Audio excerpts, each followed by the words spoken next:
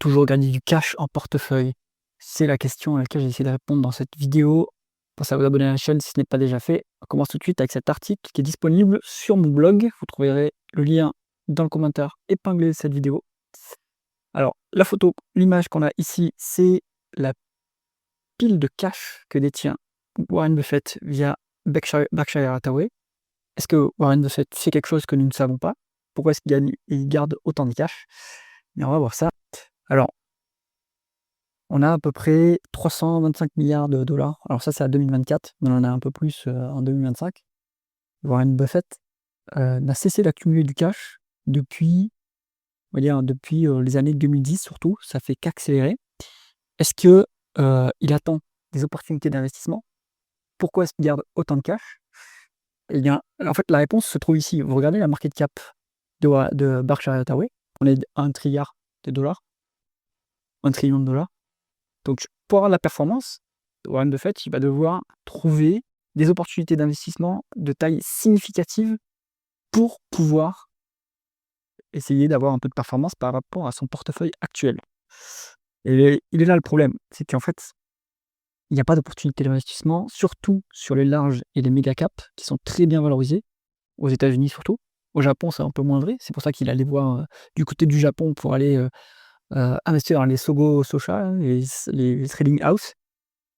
Il avait aussi accès du coup à des emprunts, en yens, à taux avantageux, donc il n'a pas dû sortir du cash en plus pour les faire. Donc Warren Buffett, lui, il est désavantagé parce qu'il a un problème de taille avec les fonds qu'il va devoir investir. D'ailleurs, c'est pas lui qui va devoir investir puisqu'il prend sa retraite, mais Berkshire Hathaway est beaucoup trop gros pour pouvoir, trouver des opportunités d'investissement significatives. Donc ils sont obligés d'accumuler du cash. Le jour où il y a, on va dire, une baisse significative du marché, là, ils pourront déployer ce cash sans problème, en achetant des large caps ou des méga caps. Mais en attendant, ils sont piégés un peu, donc ils touchent leur, 4 d'intérêt sur les T-bills, US, mais ils peuvent pas faire grand chose de plus. Alors, un particulier, lui, c'est pas du tout le même cas de figure. Donc, c'est pas moi qui le dis, c'est William Higgins, pardon, meilleur gérant français. Ça, c'est mon opinion, mais je me suis beaucoup inspiré de sa philosophie. Je vous invite à regarder ses interviews.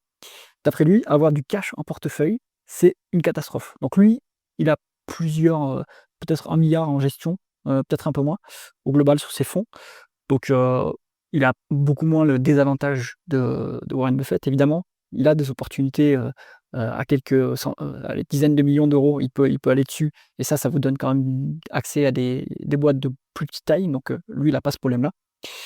Et ce qu'il raconte, c'est que les études, alors j'ai pas mis la main sur les études, j'attends qu'il en cite une dans ses interviews pour aller voir de plus près. J'ai pas, et si vous en avez des études, sur ce sujet, ça m'intéresse, je veux bien que vous les mettiez en commentaire. D'après lui, les études montrent que les gérants et les particuliers perdent entre 2 et 3 de performance annuelle en essayant de faire du market timing, c'est-à-dire garder du cash, au mauvais moment. Ça peut être garder structurellement du cash tout le temps. Dans ce cas-là, en fait, à quoi il sert ce cash? Attendre, peut-être les opportunités. Mais le market timing, d'après ce que dit Higgins et les études qu'il cite, ça ne marche pas. Donc, il ne faut pas essayer de vendre au plus haut pour garder du cash, et cetera. Ce que la majorité des gérants font quand ils passent sur les plateaux, ils disent: «Ah bah, moi je garde du cash, et cetera, il y a tel truc macroéconomie, je garde du cash». Mauvaise idée. Et donc lui, ce qu'il explique, c'est une discipline très stricte. Et ce que j'aime bien dans son process, son framework d'investissement, c'est que c'est très quantitatif et c'est très clair. Donc, on est toujours investi, tout le temps, à 100. Ah, pour lui, c'est pas forcément vrai, il est investi à 99 parce qu'il y a toujours des rachats de parts, donc il doit rendre le cash, aux souscripteurs. Mais bon, pour lui, il faut toujours être 100 investi autant qu'on peut le faire, parce que le market timing, c'est impossible de réussir avec du market timing à long terme. Il faut être un trader, invétéré et à mon avis avoir beaucoup de chance. On peut réussir quelques coups, hein, bien sûr, ça je l'écarte pas. 2-3 fois, on peut réussir à timer le marché, à se choper un point bas. Mais sur la durée, je pense que ça fait pas la différence. Au contraire, même malheureusement, ça entraîne de la sous-performance. Donc lui, c'est très simple, il a toujours plus d'idées d'investissement que de fonds disponibles et vous pouvez faire la même chose. Déjà, en stock picking, moi ce que j'applique pour mon portefeuille, c'est avoir une bonne partie en investissement, ETF. Vous pouvez retrouver mes ETF dans le portefeuille, il y a le lien qui se trouve en haut à droite de la vidéo. Et le reste en stock picking sur quelques valeurs concentrées. Comme ça, vous n'avez pas besoin d'avoir beaucoup d'idées. Donc moi j'ai 8 valeurs actuellement en portefeuille. Et si vous avez bien étudié votre dossier, vous n'avez pas besoin de diversifier. Et de toute façon, vous êtes diversifié avec vos ETF. Donc on peut être concentré sur sa poche stock picking sans aucun problème. En plus, ça vous entraînera à aller creuser les dossiers, à faire des recherches, à lire des rapports annuels, et cetera. À comprendre les parts de marché. Donc on peut être concentré. Et puis, il faut, quand on a une idée d'investissement, regarder son portefeuille et se dire: «Est-ce que la nouvelle idée d'investissement est meilleure que ce que j'ai en portefeuille?» Donc très simple, hein, ce que j'ai modélisé ici. On a une nouvelle idée d'investissement. Est-ce qu'on a une idée de vente? On peut vendre un dossier parce qu'il a déçu, parce qu'il sous-performe depuis, heu, quelques mois et donc ça veut dire peut-être qu'on a raté quelque chose dans l'analyse ou alors on peut prendre des gains, et on trouve que le dossier a atteint notre objectif de prix et dans ce cas-là, on peut sortir un dossier qu'on a en portefeuille pour entrer la nouvelle idée. Donc c'est, c'est assez simple, hein. On a toujours sous le coude quelques dossiers. Vous pouvez regarder par exemple les screeners que je partage sur la chaîne, hein. Régulièrement, je mets à jour ma liste des investissements value et deep value, mais aussi investissements de croissance, si vous faites de la croissance. Alors William Gunn, c'est plutôt sur de la value. Donc voilà, on fait tourner, heu, déjà on fait tourner le moins possible le portefeuille et si on a des idées d'investissement, on doit sortir une valeur pour en rentrer une nouvelle.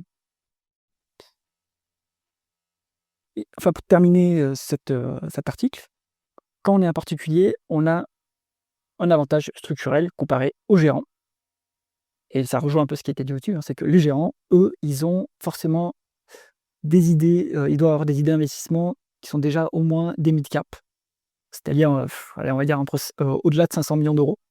Alors que le particulier, lui, peut aller sur des petits dossiers, pas suivis par les analystes et faire ses recherches lui-même et donc s'il reste sur la durée et ben, après son dossier, s'il performe, il va passer en statut mid-cap et avec ce statut-là, il y aura des gérants qui vont rentrer dedans et donc ça permettra aussi d'avoir un redressement des multiples. Donc on est sur un avantage lié à la taille et puis après l'autre avantage, c'est que le gérant, lui, il peut malheureusement, avoir des rachats de ses clients qui sont souvent procycliques. Le marché tombe de 30, hop, vous avez plus de clients qui veulent racheter leur part parce qu'ils ont peut-être besoin de liquidiser. Donc le géant, il peut être amené à vendre des dossiers qui voudraient renforcer parce qu'ils sont qualitatifs et qui sait que la baisse n'est pas durable. Malheureusement, il va être obligé de se racheter. Alors qu'en particulier, lui, liberté totale de l'endroit où vous pouvez investir, décapitalisation et également, vous avez normalement pas besoin de liquidité quand vous investissez en bourse puisqu'on investit que l'argent dont on n'a pas besoin à court terme. Donc ça vous donne un avantage, structurel face aux géants. J'espère que cette vidéo vous a intéressé. Si c'est le cas, mettez un pouce vers le haut et pensez à vous abonner à la chaîne. À bientôt.